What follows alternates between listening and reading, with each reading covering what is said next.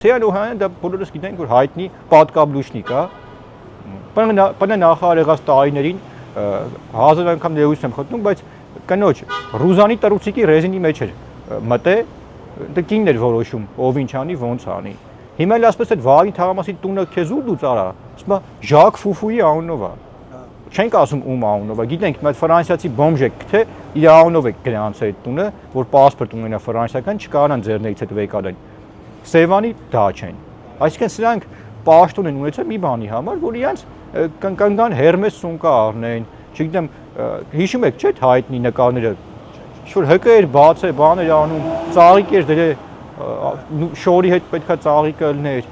Այսինքն սրանց ինչին անդառնանք, ես պատերազմը եղավ, մի հատ ընդդիմադիր ասեք, որ մատը փուշ ա մտել, գնացեն դե կռվել է։ Երևանի կենտրոնում նկարվում էին ինչ-որ համազգեստ էին հագե, ով գնում էր պատերազմ, ասում էին մեր ջոկատն է։ ՆԱՏՕ-ով կեքով կանգնած էին։ Ով մեռավ, ասին, ով զոհվեց, ասին դաշնակ է։ Թե այդ մարդիկ դաշնակցության հետ ինչ կապ ունեին։ Այն առաջի պատերազմին է տենց եղել։ Ինչքան մեր հայրենասեր հայրենիներ կային զոհվեցին, ասին դաշնակ է։ Բայց իրանց այդ ղեկավար կազմը ասում ես լավ, գնայր